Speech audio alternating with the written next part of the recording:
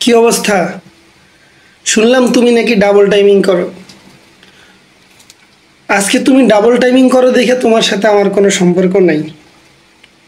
না মানে তোমার বান্ধবীরা কইতেছে তুমি নাকি ডাবল টাইমিং করো। এই যে ডাবল টাইমিং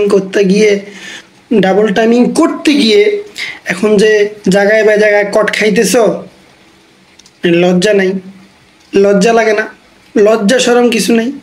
লজ্জা শরম হায়া, হায়া লজ্জা শরম কিচ্ছু নেই।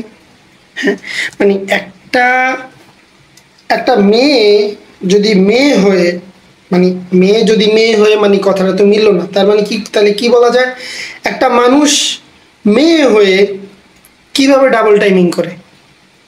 তাহলে মেয়ে যদি ডাবল টাইমিং করতে পারে তাহলে ছেলে কি করবে? ছেলে ডাবল টাইমিং, ট্রিপল টাইমিং, চারটা টাইমিং, পাঁচটা টাইমিং, ছয়টা টাইমিং, সাতটা টাইমিং, আটটা টাইমিং, যত টাইমিং পারে সব তত টাইমিং করবে। না, তোমার কি একটা দিয়ে হয় না? তোমার ঘরে একটা লাগবে, বাইরে একটা লাগবে, স্কুলে একটা লাগবে, স্কুলের বারান্দায় একটা লাগবে, স্কুলের গেটের বাইরে একটা লাগবে, ফেসবুকে একটা লাগবে, ফেসবুকের কমেন্ট সেকশনে একটা লাগবে, ইনস্টাগ্রামে একটা লাগবে, টুইটারে একটা লাগবে, হোয়াটসঅ্যাপে একটা লাগবে, ইমোতে একটা লাগবে, স্ন্যাপচ্যাটে একটা লাগবে। তোমার এত লাগে কেন?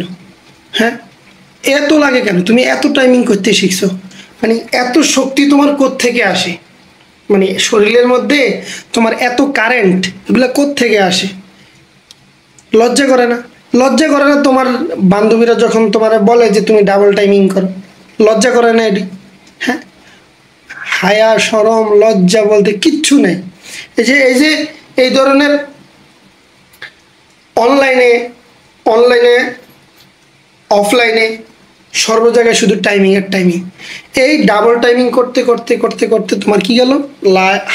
কি বলে, হায়া শরম লজ্জা সব চলে গেল। হ্যাঁ,